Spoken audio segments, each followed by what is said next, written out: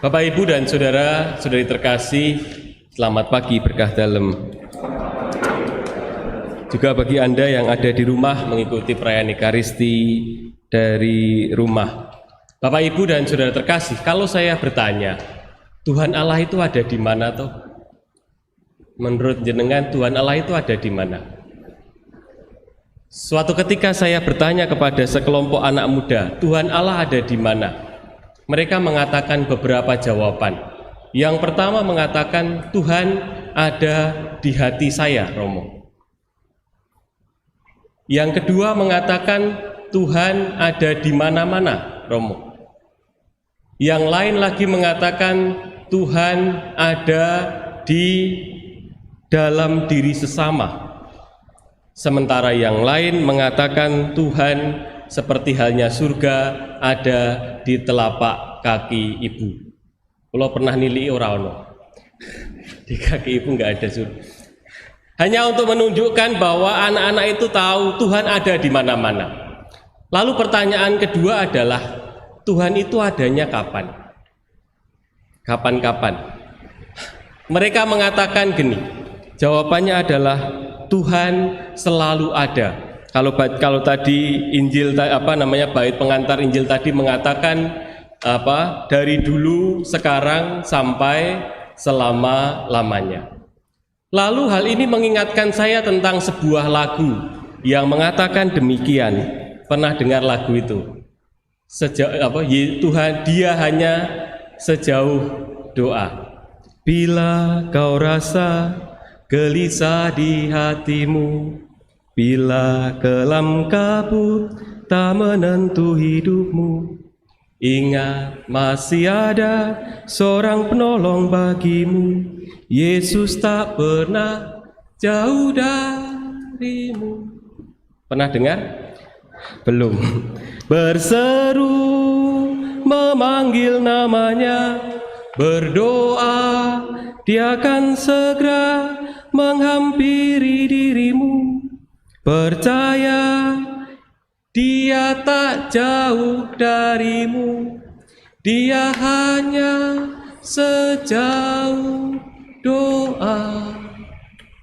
Setiap kali kita bisa berjumpa dengan Tuhan, dan pengalaman rohani itu pertanyaannya hanya satu, yaitu apakah kita rindu berjumpa dengan Tuhan? Pertanyaan kedua kalau mau ditambahkan adalah, apakah kita berlari kepada Tuhan ketika kita mengalami kesulitan hidup tadi, kelam kabut, bila mengalami kegalauan dan macam-macam, kepada siapa kita berlari? Romo Tom Yakob pernah mengatakan, gereja ini akan bertahan. Romo Tom Yakob tahu ya? Sudah nggak tahu. Romo dulu di Kota Baru, beliau pernah mengatakan, gereja Katolik akan bertahan kalau umatnya memiliki pengalaman mistik. Pengalaman mistik itu apa? Pengalaman mistik itu mbiyen kartu nomor buntut. Mistik itu artinya adalah tentang relasi personal, relasi pribadi dengan Tuhan, pengalaman pribadi. Tuhan bukan kata orang, tetapi Tuhan sungguh saya alami secara pribadi. Mungkin kita semua sudah mengalami pengalaman akan Tuhan, tetapi belum tentu kita semua menyadari bahwa Tuhan selalu menyertai hidup kita. Mengapa? Karena tidak sadar bahwa hidup kita itu penuh dengan penyertaan Tuhan.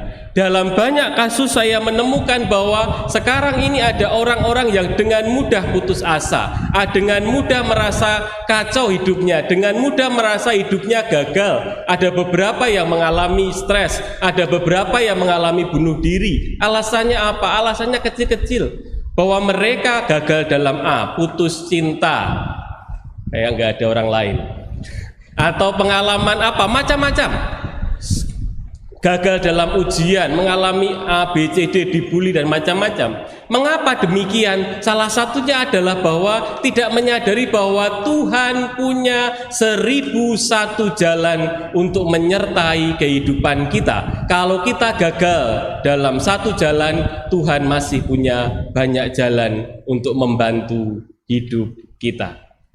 Demikianlah dalam bacaan Injil, bacaan pertama tadi diungkapkan tentang bagaimana Musa sebagai seorang pemimpin umat zaman itu mengatakan, jangan lupa Tuhan sudah menyertai kita di masa lampau. Pengalamannya adalah ketika mereka keluar dari Mesir, Tuhan yang sama masih menyertai kita hari ini, dan Ia akan menyertai kita di masa yang akan datang. Maka pertanyaannya, kalau Anda adalah pemimpin keluarga, apakah Anda bisa menyadarkan kepada anak-anak Anda, kepada istri, kepada keluarga Anda untuk mengatakan, Tuhan sudah menyertai kita di masa lampau, Tuhan menyertai kita hari ini, Tuhan masih menyertai kita di masa yang akan datang.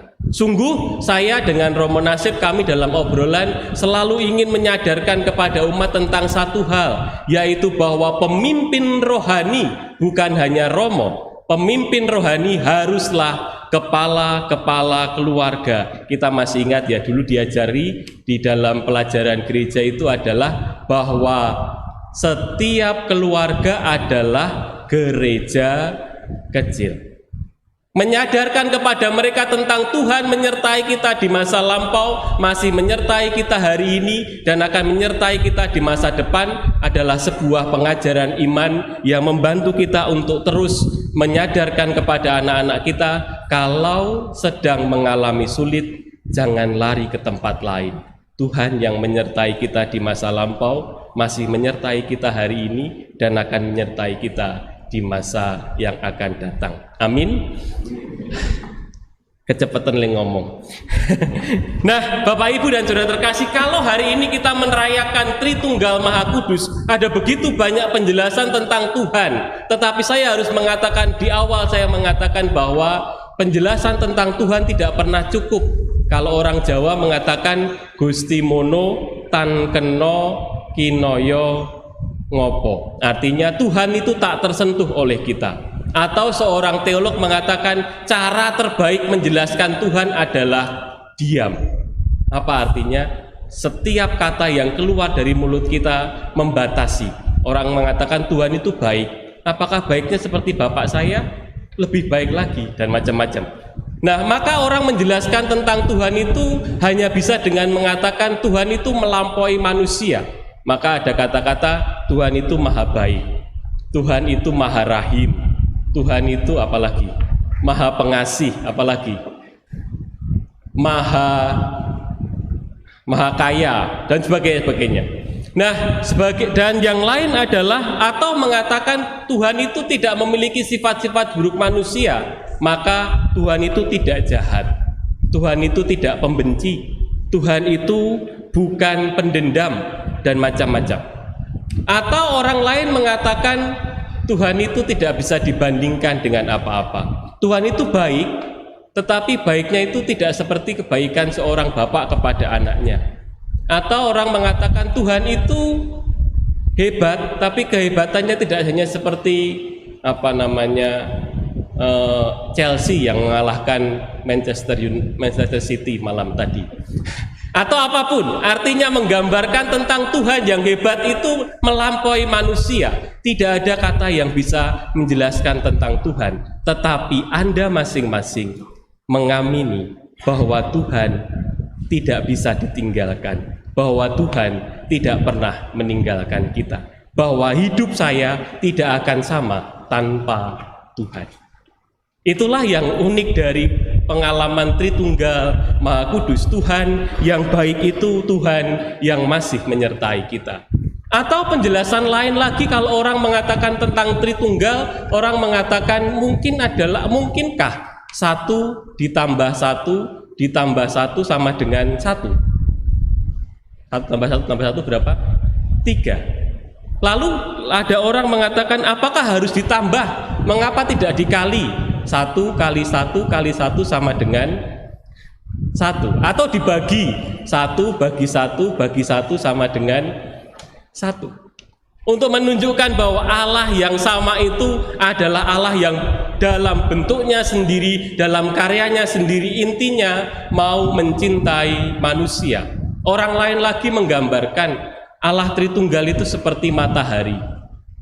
Ada bentuknya sendiri di sana yang tidak bisa kita sentuh, tetapi juga kehadirannya bisa kita rasakan dalam bentuk cahaya yang menerangi. Dalam bentuk apa lagi? Dalam bentuk panas yang bisa kita rasakan. Tuhan yang jauh yang bisa kita rasakan kedekatannya dalam diri Allah Putra, Allah Roh Kudus. Tetapi itu pun tidak cukup untuk menjelaskan tentang Tuhan. Yang cukup adalah bahwa kita masing-masing mengalami Tuhan. Tuhan itu tidak untuk dijelaskan, Tuhan itu untuk dialami. Dan pengalaman itu bisa dibagikan, tetapi kalau orang lain juga menjalani, pengalamannya berbeda-beda, tetapi Tuhan menyatakan kehadirannya dalam hidup kita masing-masing, dengan cara kita masing-masing dalam tugas kehidupan kita. Di awal saya mengatakan kepada Anda tentang ungkapan ini, Tuhan selalu berjalan dengan kita.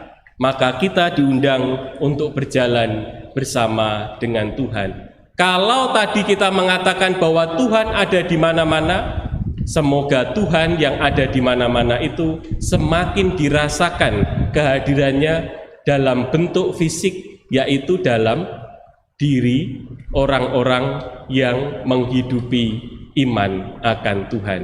Semoga Tuhan hadir di keluarga Anda. Semoga Tuhan hadir di dalam pekerjaan Anda. Semoga Tuhan hadir ketika Anda bersama dengan orang-orang yang Anda jumpai di jalan. Semoga Tuhan hadir dan terlihat kehadirannya melalui karya-karya baik yang kita lakukan. Kalau dulu salah satu ungkapannya adalah semoga Tuhan hadir di dalam senyuman Anda. Cuman sekarang senyuman itu tidak kelihatan. Tetapi Bapak Ibu dan saudara-saudara terkasih, mari kita berjalan bersama Tuhan, mengkisahkan kebaikannya baik dalam kata maupun dalam tindakan kehidupan kita. Khusus pesan untuk keluarga-keluarga, jangan lupa mengingat karya-karya baik Tuhan, dan kadang-kadang jangan lupa pula menceritakannya kepada anak-anak, supaya anak-anak Anda terampil merasakan Tuhan yang hadir, sadar bahwa Tuhan punya 1001 jalan untuk menyertai hidup mereka. Salah satu ungkapan yang indah sekali tadi diungkapkan tadi, bahagia ku terikat pada Yahweh, harapanku pada Allah Tuhanku. Bahagia ku terikat pada Yahweh, harapanku pada Allah Tuhanku. Tuhan menyertai kita di masa lampau, Tuhan menyertai kita hari ini, Tuhan menyertai kita di masa yang akan datang, sehingga setiap kita dalam situasi hidup kita hari ini masih boleh berharap bahwa hidup kita di masa yang akan datang bisa menjadi lebih baik, bisa menjadi benar-benar Tuhan menyertai kita dan kita berjalan bersama Tuhan. Kita hening sejenak.